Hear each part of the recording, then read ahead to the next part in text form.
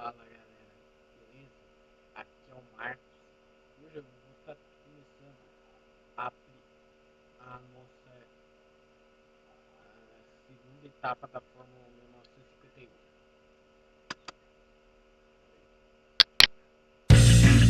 Hoje é o Grande Prêmio dos Estados Unidos. Hi, hello, and welcome back to F1 Challenge VB. My name is Mephisto, and our journey through the history of Formula One continues today with the second round of the 1951 season, the Indianapolis 500. It was held on the 30th Eu vou of cortar May. pra você It que é had uma 33 abacaxi ao entries. vento. Ok, estamos no meio Luigi Fagioli even takes pole, Felice Bonetto second, de uma abacaxi. Nino Farina is third, Gonsalvo Sanesi is fourth. Our guy Andy Higgs starts his race from fifth, the best he's ever done this so far.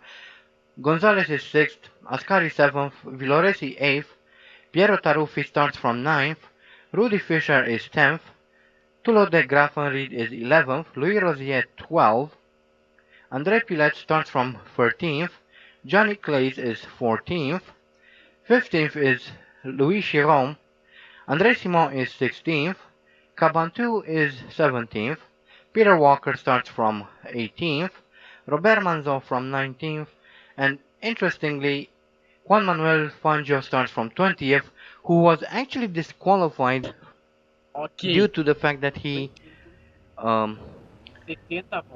post- went out more than 12 laps. I don't know why.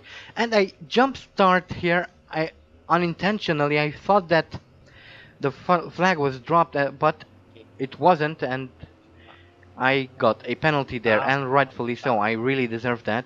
And as you can see, the camera is back in the cockpit thanks to one of my viewers who helped me to sort out the camera issues, so we no longer have to use that unrealistic T-cam I was using. But anyway, we move bem. up into fifth, eighth, and here is a replay of the start. And as you see me jumping the start there again, it wasn't intentional. However, if you think about it, back in these days, jumping the start was something quite common because, well, there was no electronic sensors to tell you that someone um, jumped the start, so there was no real way of policing stuff like this. And here is a replay of Gonzalez, who is coming around, crashes into the wall, loses a wheel, and is out of the Indianapolis 500. So this is the first retirement of the race as we come into the pits to take our penalty. Slow down, look for our guy, there he A is, gente foi em sexto. and overshoot him. Brilliant. So now we Ok, have to estamos na segunda back volta. up, and my engine dies. Nossa, Okay, so this is 14º? wasting a lot of time Ah, here, não. and I go back too far, but the uh, pit spot acknowledges my position. So let's see. Yep, we are back on the road. We are down in 16th. So that Nossa, empata pra is essa a vaca aí. big hit to us. And Juan Manuel Fangio managed to move up into 15th, which is absolutely amazing for him. However, we will have a lot of work to do because he's 7 seconds ahead. Next on lap 3, we are trying to catch up to Louis Rosier, who Tá is bom. about 4 seconds in front of us, but is quickly losing Ainda não, positions. I passado. can't talk. And here is a replay of Johnny Clays coming around, goes off onto the grass there, and decides that he had enough racing for the day. And here we are coming up on Louis Rosier. We are about to overtake him, and there we go. We move up into 15th, and now chasing after Robert Manzon, who we can see right in front of us. We actually see two French cars there. Robert Manzon is kind of all over the road there, not really giving me any room to overtake him, and now we overtake André Simon, but that was very dangerous of Robert Manzon. Here is a replay. We see I actually hit Robert Manzon because of his swerving in front of him. I would like to say that's my fault, but it wasn't. I mean, you saw that he was swerving back and forth in front of me, so there wasn't really a way of me avoiding him. And now coming to around to overtake Luigi Villoresi, who is in 12th, and we also overtake Cabantu, which moves us up Not quite into 10th, which is absolutely amazing. Next is Juan Manuel Fangio, who is working his way up the field very, very nicely. long. Lap 6, and we are still chasing after Juan Manuel Fangio. And we can see another red car in front of him. I'm not sure who that is, but we have a replay of Piero Taruffi who loses control of his car, and we can see him in the grass, and now he is on the move again through the grass. I'm not sure why he's not going to the right to rejoin the track, but for some reason his AI thinks it's better to go on the grass. Not sure what's happening there. And he crashes into that yellow Talbot logo and retires from the race as well. So that was a bit of an interesting incident. But we are still chasing after Juan Manuel Fangio, who is now about 1 second in front of us. So we need to try and catch him.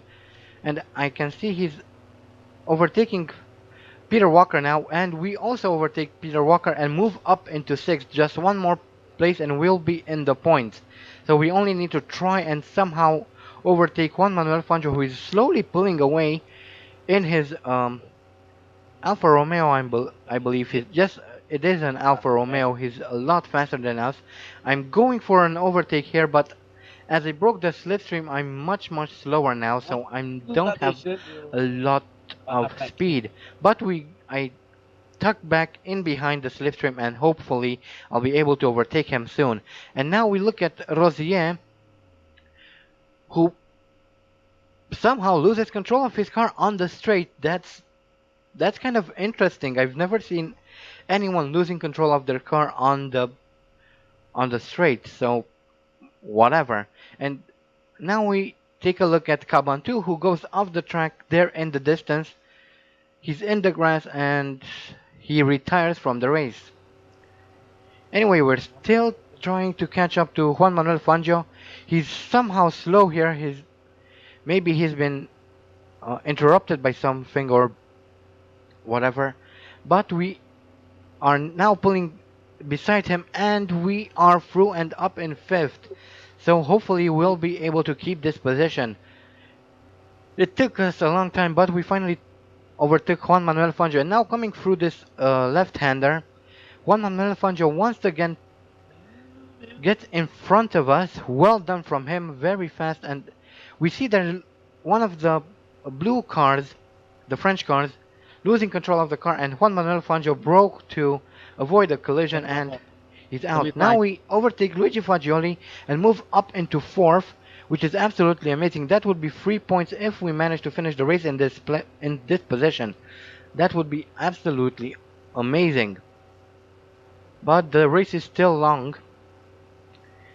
Now, a little bit later on, Fagioli manages to retake his position, but we take it back again, and we are in 3rd apparently. I don't know what happened there.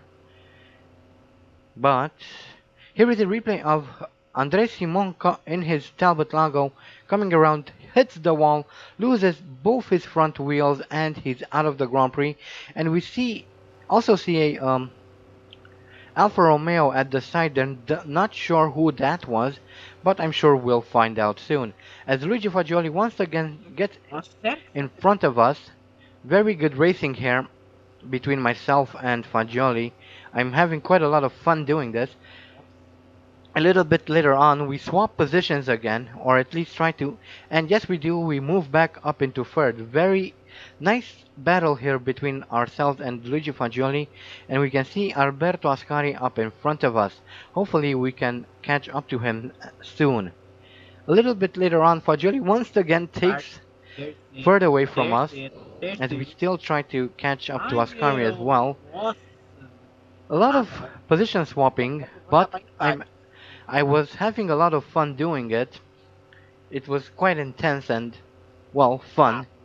A little bit later on, we pass Ascari and also pass Fagioli, I think. No, not quite yet.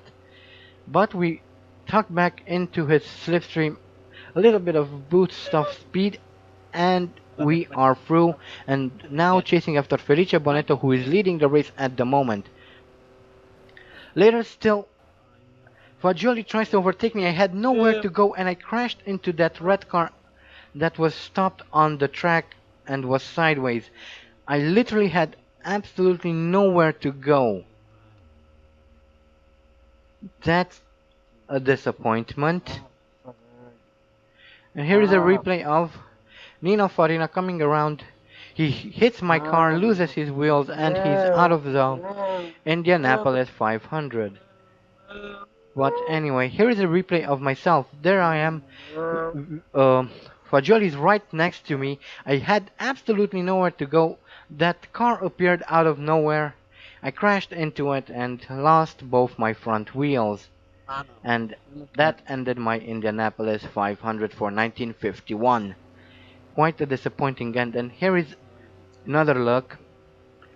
And there you see how it appeared out of nowhere and just spawned in like I really had no way of noticing it, and that was Farina crashing into me.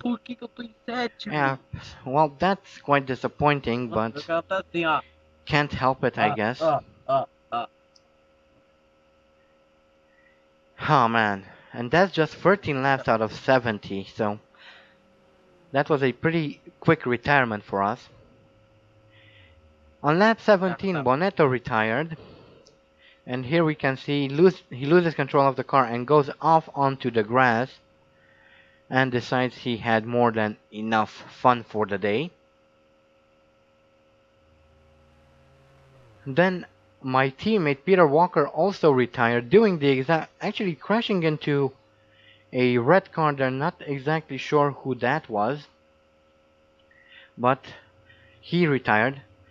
On lap 20, Rudy Fisher loses control of his car, crashes into the wall, loses his wheel, actually crashes into another car. I believe that was Fangio. Yes, indeed, it was Fangio. So Rudy Fisher crashed into Fangio, ending both their races on lap 20. Also on lap 20, André Pilet lost control of his car and decided that he had enough. And then on lap 45, Luigi Villoresi somehow lost his wheel, hit something on the track there and lost his wheel. And here we have Luigi Fagioli coming home to take the win of the 1951 Indianapolis 500.